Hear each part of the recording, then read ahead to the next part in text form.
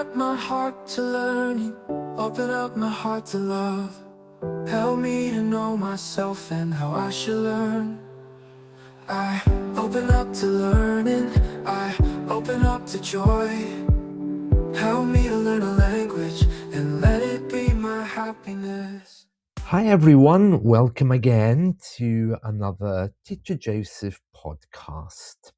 Today we're going to talk about resistance. Now, we've all been in that place. We want to learn a language, we put our head down, and we find that we just can't learn. Our mind tells us, no, not today. You look at the book and nothing is coming into your mind. That's one form of resistance.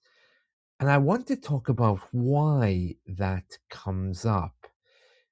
You might be surprised to know that it's not just about unwillingness to learn. It's not about being afraid. Sometimes our body and our mind just stops us.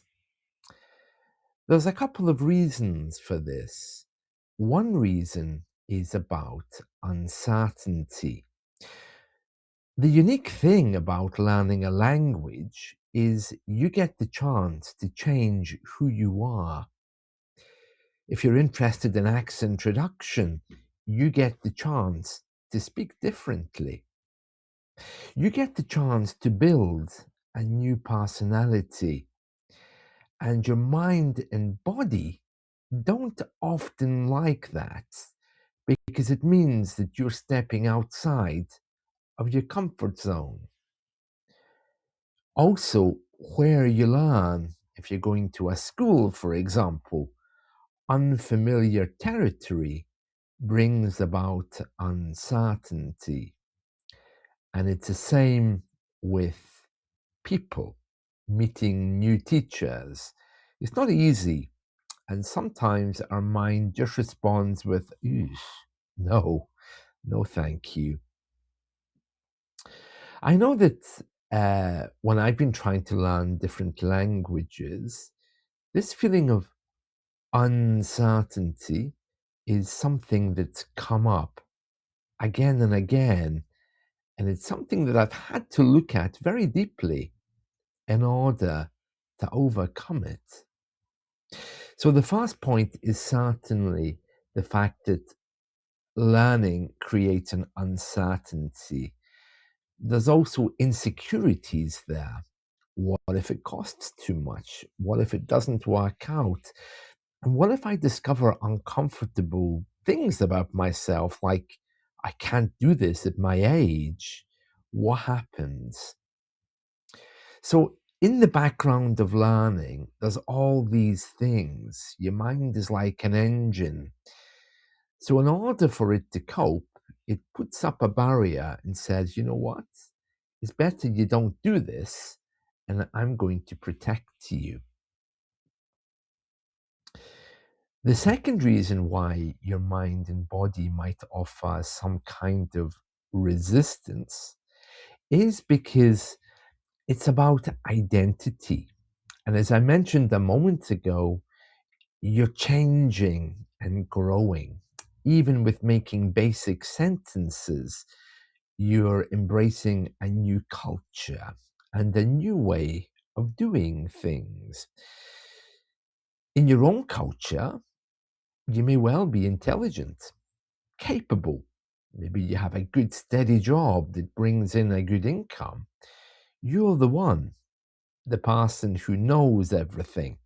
But in a new culture, that's not always the case because you're stepping into something new, a new country, for example, and the goalposts change a little bit.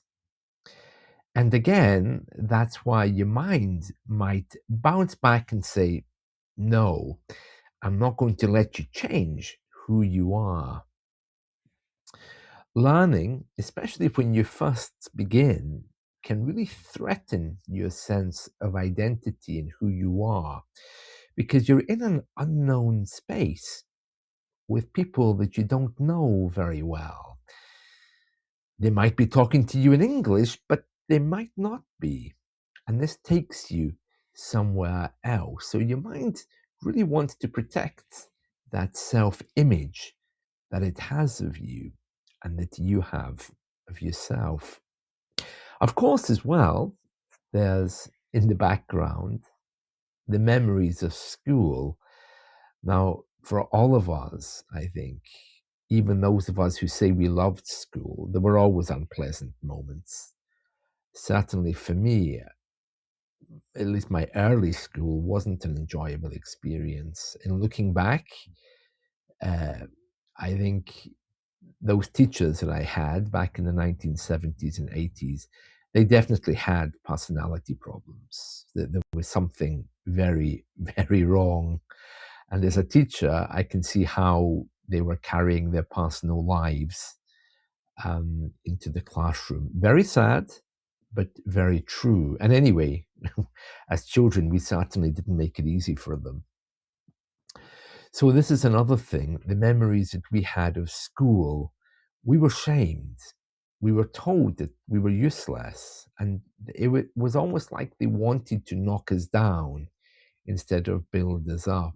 Now, this is something which I'm currently going through at university, because what I'm finding are lecturers who are very nice to me. Oh, you good man. Hello, hello. How are you? How's the weather? I mean, I'm much older than they are, so they're very nice. But when it comes to the marking process, they're really nasty. And when I say nasty, I don't mean they're unfairly treating me. I mean their communication methods to ask me about things and check about things. And in feedback they give me isn't even basically respectful. It's just institutional thinking. And we had that at school. And I had, I think, notes back from a lecturer last week who, in the classroom, is, oh, how lovely, how nice, how everything, blah, blah, blah. And when I got the notes back, it really looked like the knives were out, to carve me up. And I'm thinking, you know what? I don't care enough for it to be even concerned about this kind of thing, because I know that it's not personal. But my point is, we're carrying all this stuff when we go to learn anything. And it takes a strong mind to let go of what we experienced in the past. Right. So, shame, criticism, pressure, comparing us to other pupils. Do you remember that they used to put the most intelligent person at the front of the class and make him speak? And they used to put the stupid one in the corner with a cone on his head to show that he was stupid. I mean, those kind of things, if we have those memories, of course, we're not going to be wanting to learn. So you can see why your brain, why your mind is putting up a defense. There's always a great fear of disappointment as well. I mean, for those of you who remember school, spending hours preparing your essay and your homework, to be told it's worthless. And there's a lot of that even today.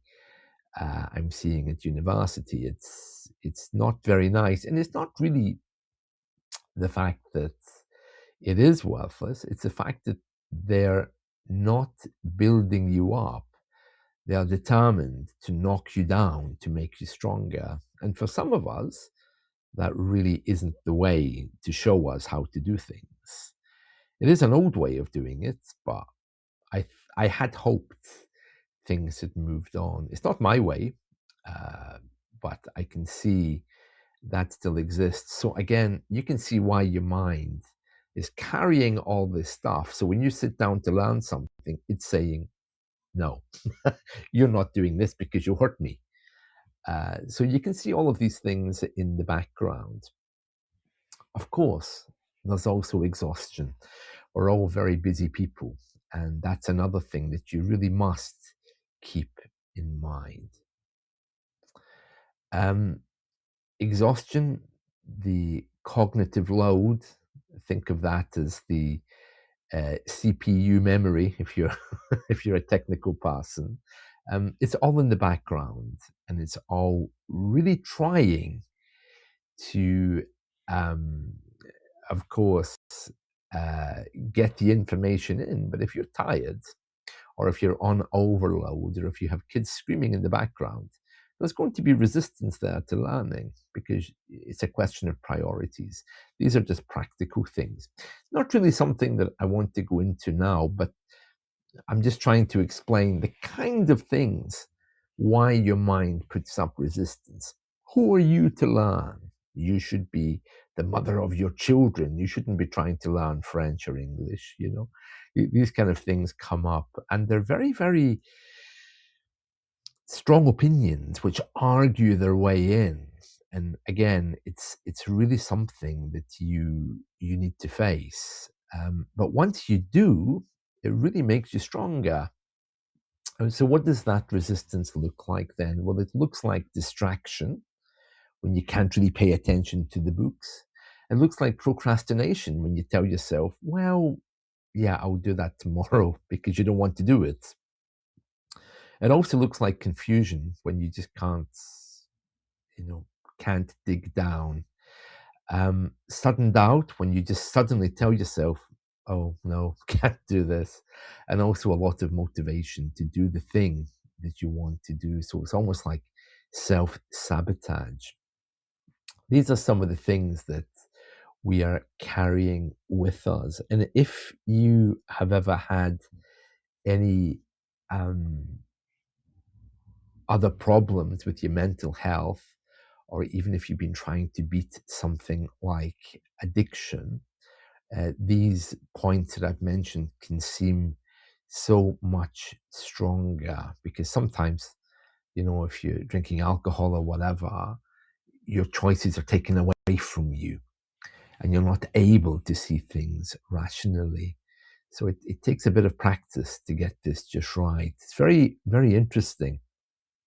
So, um, what can you do then to overcome resistance? Well, what I've been doing, and the thing that I found that works best for me, is journaling. Because once you start journaling, and journaling is writing your thoughts down, like keeping a diary.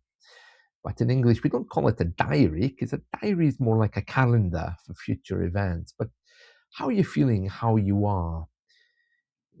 There are certain prompts you can use, like what do I need to let go of today? What am I carrying today? What's going on in here today? If you're not sure how to journal, just start by buying a simple notebook and writing in it.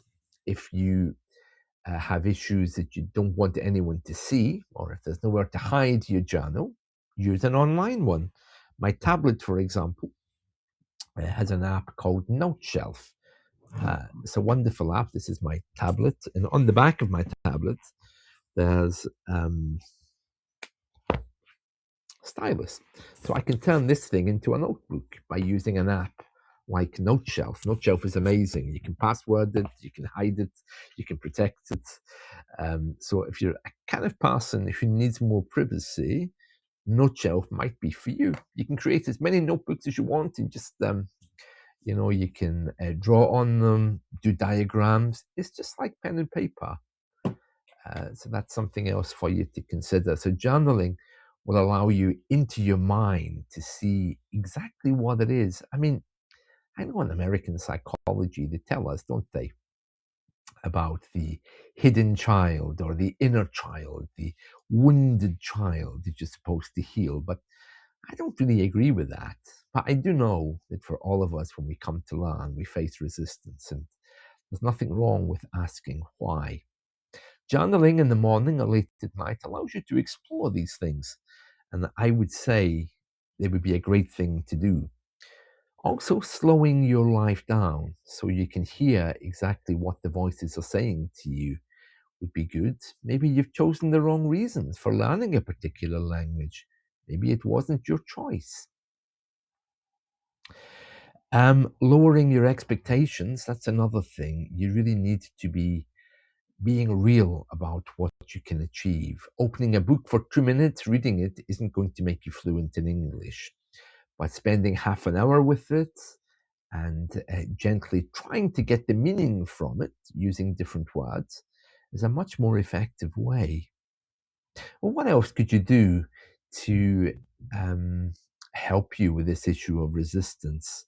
Well, shortening your learning sessions, definitely you could do that. Instead of spending an hour with a book and learning nothing, spend 10 minutes and see what you can really pull out. Try to see it as an exploration rather than performance, because when you think of something as performing, you're comparing yourself to the other kids in the class. And even though you might be great at doing whatever the thing is you do, you need to be gentle with yourself as well. And the last thing is just reassuring yourself that it's okay to be who you are and how you learn. There is no threat. There's no one there that's going to hurt you. The very worst thing that can happen on a lesson on italki, for example, is quite simply if the teacher says, sorry, I can't help you. That's not such a bad thing. And from my experience of teachers on italki, when they do that, it's usually because of their insecurities, not because of yours. Younger teachers these days, because they are very young, they don't often know even how to handle the basics of a conversation. They're just giving you grammar. So if it's something they don't know, they'll say, oh, I don't know, sorry, can't help you. Not very helpful, but at least you know where you stand. And I'm not saying that because of your English. They're saying it because they really don't know how to help. Having said all of these things, though, there are, of course, other reasons why a teacher may terminate his contract with you. Your timekeeping, your stress. And if you are finding that, then it's a gift. It's something you can learn from. Maybe there is something there which he just can't help you with. Many people come to online lessons not really knowing what they want. They come, okay, teach me, give me English, I pay you. I pay you more if you give it to me quicker. Lowering English down to that kind of commodity is never going to work. You need to